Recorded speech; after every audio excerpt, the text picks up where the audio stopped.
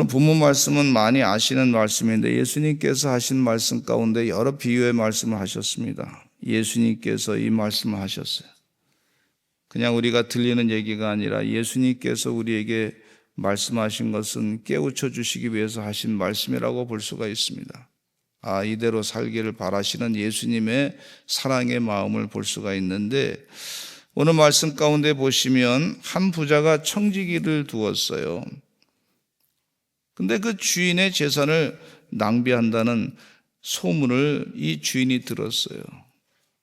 소문을 듣고 보니까 이 주인은 청지기를, 이제 당신은 내 재산을 축내는 사람이니까, 손해를 끼치는 사람이니까 그만하시기 바랍니다 하고 해고하려고 했고, 해고 계획을 갖고 있었던 것을 볼 수가 있습니다.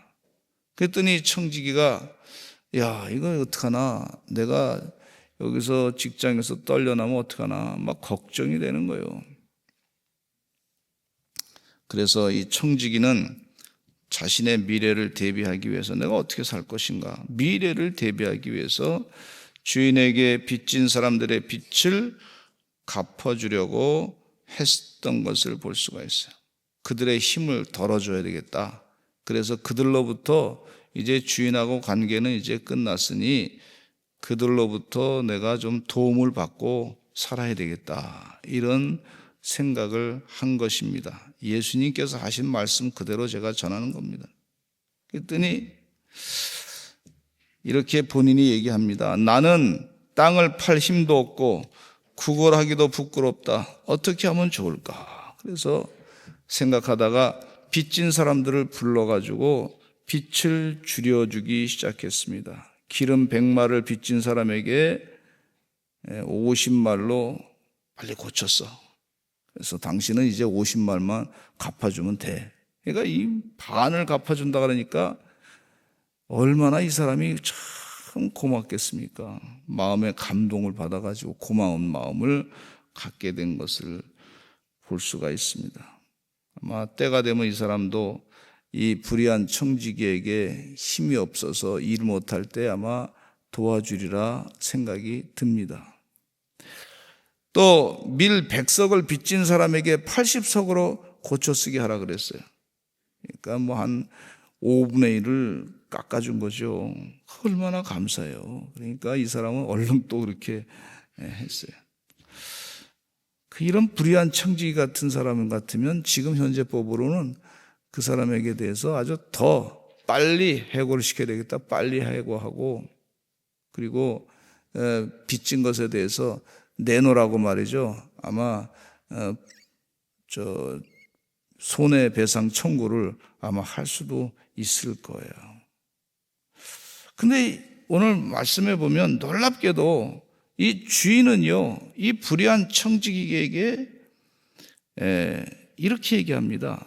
너 지혜롭게 행동했다. 이렇게 하면서 칭찬을 하고 있어요. 예수님의 비유 말씀이니까 어떻게 우리 현실적으로는 좀 안 맞는 얘기 아닌가, 그럴 수도 있지만은, 그러나 예수님께서 하신 말씀 가운데는 영적인 또 지혜가 있다고 볼 수가 있습니다.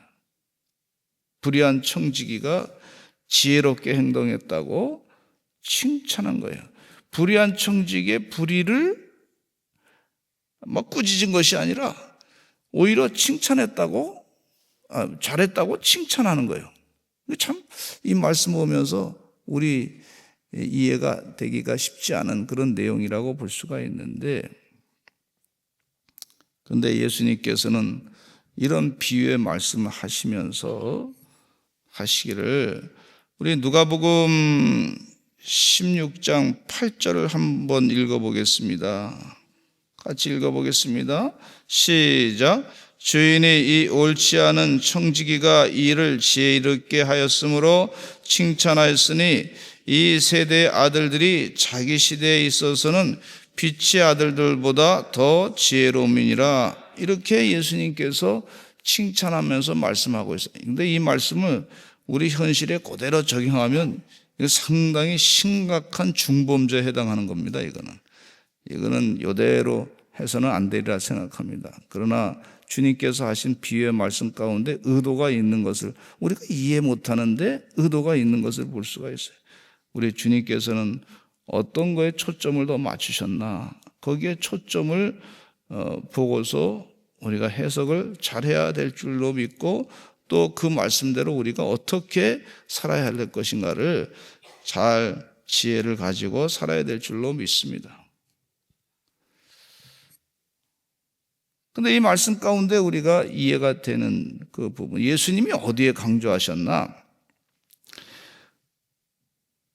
여기에 말씀 가운데 교훈을 주시는 내용 가운데는 첫째로는요, 현실적인 문제에 대해서 지혜롭게 행동한 것에 대해서 예수님이 칭찬한 거예요. 재물이 손해본 그것을 불의한 행동했는데 불의한 행동에 대해서 지혜롭게 현실적인 문제에 대해서 처신을 했다는 것에, 앞으로 자기가 이제 먹고 살기 힘들다고 하면서 이거 가지고 내가 어떻게 하면 노후를 살 것인가 이렇게 걱정하면서 이렇게 행동한 것에 대해서만큼은 이 비유 가운데 주인이 칭찬한 것을 볼 수가 있어요. 그래서 사람들 가운데 믿음의 사람들, 세상 사람들도 지혜롭게 하는데 믿음의 사람들도 지혜롭게 하라, 그렇게 권고하신 내용인 걸 볼 수가 있어요. 한번 따라서 하시죠. 지혜롭게 하라.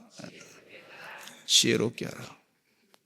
근데 이 내용 가운데 보면 재물에 대해서 말씀하시는데 이 재물은 하나님께 영광 돌리는 데 사용하라고 그렇게 권고하고 있어요. 하나님을 섬기는 데 사용하라고 하는 그런 깊은 내용이 그 가운데 있는 것을 볼 수가 있어요. 불의의 재물로 친구를 사귀라 그랬어요. 이 재물은 사람들이 보면은 다 욕심이 나는 것을 볼 수가 있어요. 욕심이 나고 재물이 있으면은 거기에 다 욕심이 있는 걸 볼 수가 있어요.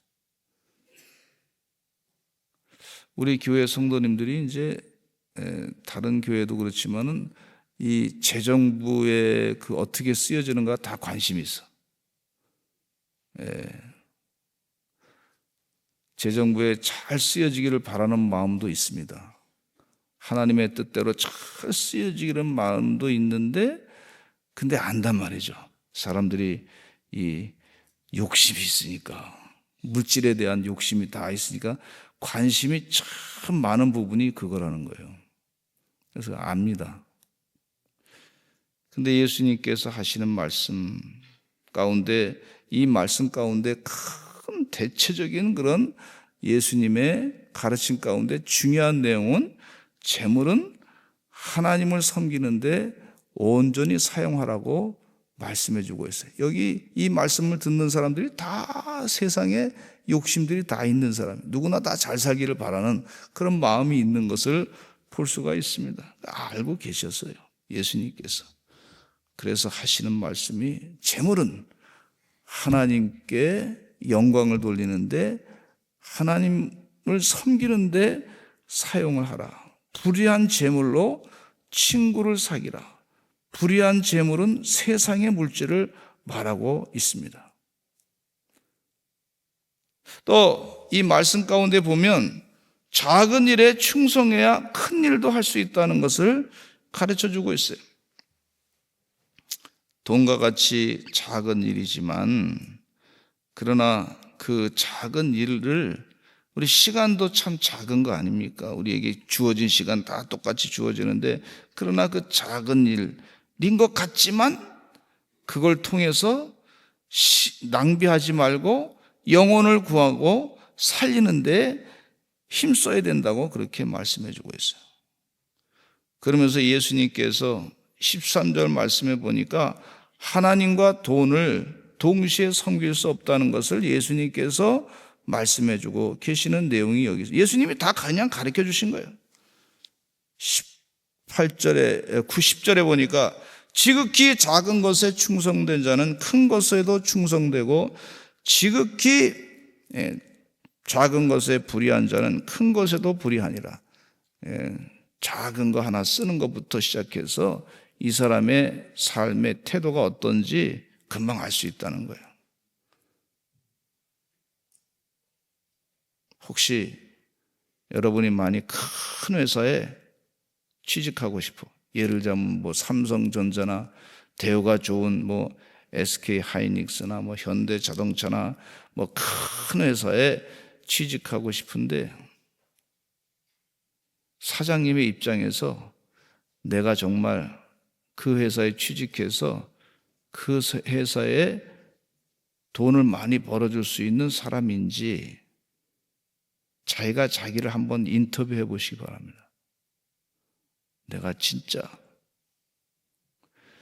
작은 것에도 회사 돈을 함부로 쓰지 아니하고 작은 것에도 회사에 충성할 그런 시간도 내가 함부로 쓰지 아니하고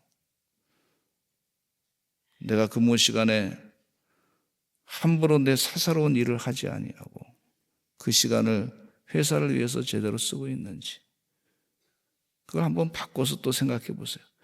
하나님께서 나를 그리스도의 제자로 삼으시고 충성된 청지기로 삼아주셨는데 하나님께서 정말 하나님의 귀한 기업체, 영적인 기업체에 그 충성된 자로서 채용이 돼가지고 하나님의 기업체에 정말 귀한 일을 번성하게 잘 그 회사에 꼭 필요한 사람으로 일을 하는지 자기 자신을 사장의 입장에서 하나님 입장에서 예수님 입장에서 한번 인터뷰해 보시기를 간절히 바랍니다.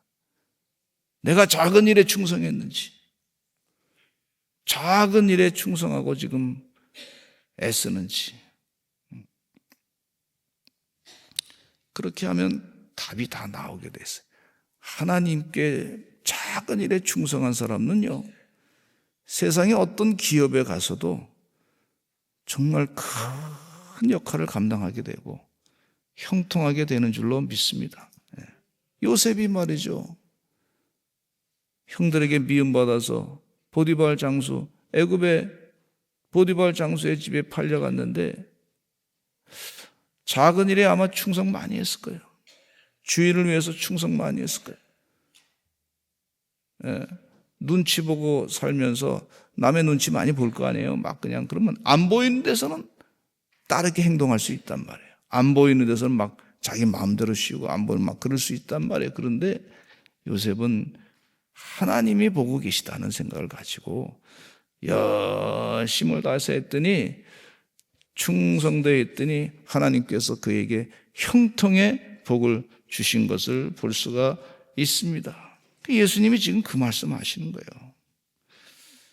9절에 지금 이 불의한 청지기에 대한 이 행동은 아주 불의한 거예요. 그렇지만 이 청지기의 행동에 대해서 칭찬하시는 비유의 말씀을 하시면서 하시는 말씀이 이 불의한 재물로 친구를 사귀라. 이 재물은 언젠가는 없어지지 않느냐. 그들이 너희를 영주할 처소로 영접할 것이다. 그러면서 권면하시는 또 말씀이 지극히 작은 것에 충성된 사람은 큰 것에도 충성되고 지극히 작은 것에 불의한 자는 큰 것에도 불의하니라. 그래서 주의 은혜 가운데 지극히 작은 것에 주의 영광을 드러내시는 우리 서산제일 감리교회 성도님들 되시기를 간절히 축원합니다. 달란트 비유 가운데도 보니까 달란트를 맡아가지고 열심히 일했더니 5달란트를 맡은 사람은 5달란트를 더 남겨가지고 10달란트를 맡기니까 말이죠, 10성읍을 그 영광을 주겠다고 주님께서 말씀하고 있어요. 또 2달란트 맡은 자도 곱절을 남겼더니 또 그만큼의 성읍에 그 차지할 수 있는 큰 일을 감당할 수 있는 능력을 주겠다고, 권세를 주겠다고 약속하셨어요. 얼마나 감사한 일입니까? 그런데 1달란트 맡은 사람은 주인이 말이죠, 너무 아주 그냥 상당히 고집스러운 사람이고 없는 것에서도 그냥 막 더 있는 것 찾아내고 요구하는 사람이라고 그렇게 스스로 생각해가지고 땅속에 파묻었다가 하나 갖다 주니까 이 아주 불의한 게으른 종이라고 하면서 그 있는 것까지도 다 10달란트 있는 같은 사람에게 갖다 주라 이렇게 빼앗겼던 것을 볼 수가 있어요. 지극히 작은 것에 충성된 자로 사시는 하나님의 종들이 되시기를 간절히 축원합니다.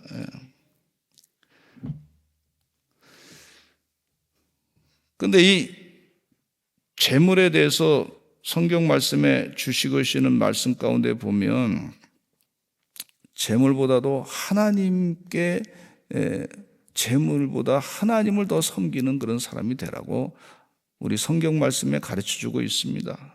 근데 재물은 만몬신이라고 볼 수가 있고 배금주의라고 볼 수가 있고 마지막 때에는요 재물만 사랑하고 돈만 사랑하고 이기적인 사람이 된다 그랬는데 이 물질이라고 하는 것이 굉장히 참 우리 영혼을 때로는 좋은 일을 해가지고 선한 영향력을 미칠 때는 아주 영혼의 풍성한 은혜를 주지만은 그것으로 말미암아 또 욕심을 부리고 악한 일 할 때는 아주 악한 독소가 그 가운데 나오는 걸 볼 수가 있는데 하나님을 먼저 잘 섬기는 그래서 재물에 의해서 지배를 받는 사람이 아니라 재물을 하나님의 은혜로 재물을 자유롭게 바르게 공정하게 운영할 수 있는 재물을 관리하고 지배하는 그런 사람이 되기를 간절히 성경 말씀에 말씀해 주고 있어요. 신명기 6장 5절에 보면 이런 말씀이 있습니다. 내 마음을 다하고 뜻을 다하고 힘을 다하여 주 너의 하나님을 사랑하라 그랬어요. 또 디모데전서 6장 10절에는 돈을 사랑함이 일만하게 뿌리라고 말씀해 주고 가르쳐 주고 있어요. 우리가 일용할 양식을 주옵소서 기도하는 건 당연한 기도입니다. 그런데 너무 과다하게 만나를 구할 때 과다하게 하루치만 잘 모아서 먹으라 하는데 과다하게 자기 욕심을 늘려서 막 너무 많이 하다 보니까 그것이 다 나중에 먹지도 못하고 썩게 됐다고 하는 말씀이 있지 않습니까? 주의 은혜 가운데 물질에 대한 말씀이 성경 말씀에 보면은요 구원에 대한 말씀보다 이 5배가 더 많습니다. 성경의 구원에 대한 말씀은 500절이라고 그러면 이 물질의 재물 관리의 재물에 대한 말씀이 하나님께서 말씀하신 내용 2500절이나 돼. 5배가 더 많아. 물질로 말미암아 시험 드는 경우가 많이 있고 물질 때문에 믿음 생활 떨어지는 경우도 많이 있고 가정이 힘들어지는 경우도 많이 있는 것을 볼 수가 있는데 그것에 대해서 아주 관심을 가지시고 먼저 하나님께서도 그것에 대해서 가르쳐 주시는 내용이 잠언서라든지 이 지혜서라든지 또 다른 성경책에도 많이 언급되어 있는데 예수님도 그 말씀하고 계시는 걸 볼 수가 있어요. 그래서 이 내용 가운데 어리석은 부자와 같이 한 해 농사를 잘 지어서 많이 곡식을 막 그냥 수확하게 됐는데 그것을 창고에 쌓아두고서 내가 이거 가지고 영원히 먹고 살 거다 그렇게 착각하지 말라는 것을 또 경고의 말씀으로 예수님께서 비유로 해주신 것을 볼 수가 있는 것을 보면은 이 물질을 가지고 선한 일을 많이 감당하라고 권고하고 계신 것을 볼 수가 있어요. 지파인이 두 주인을 섬길 수 없나니 혹 이를 미워하고 저를 사랑하거나 혹 이를 중히 여기고 저를 경히 여길 것입니다. 13절 같이 한번 읽어보겠습니다. 시작. 지파인이 두 주인을 섬길 수 없나니 혹 이를 미워하고 저를 사랑하거나 혹 이를 중히 여기고 저를 경히 여길 것임이니라. 너희는 하나님과 재물을 겸하여 섬길 수 없느니라. 아멘.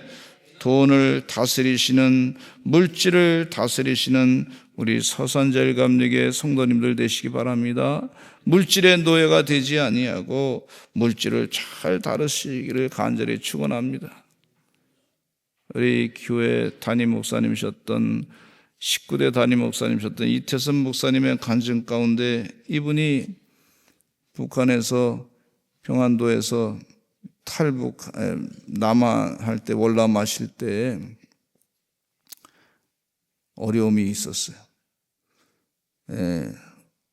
자, 공산당원들이 가족들 다 잡아서 죽이려고 그랬는데 세상에 내려오는데 어떤 사람이 트럭이 지나가더래요. 트럭이 지나는데 이태선 목사님을 알아본 거예요.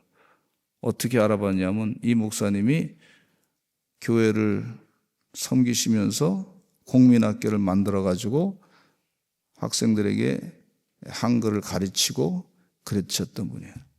그 배웠던 학생이 아니까 태워가지고 어디까지 가십니까? 서울까지 싹 모셔다 주셨어요. 생명을 구했어요. 하나님께서 주신 자신의 달란트를 가지고 불의한 재물로 섬기다 보니까 아이들에게 뭐 빵도 사주고 그랬겠죠. 사탕도 사주고 또 사랑을 많이 베풀어 줬겠죠.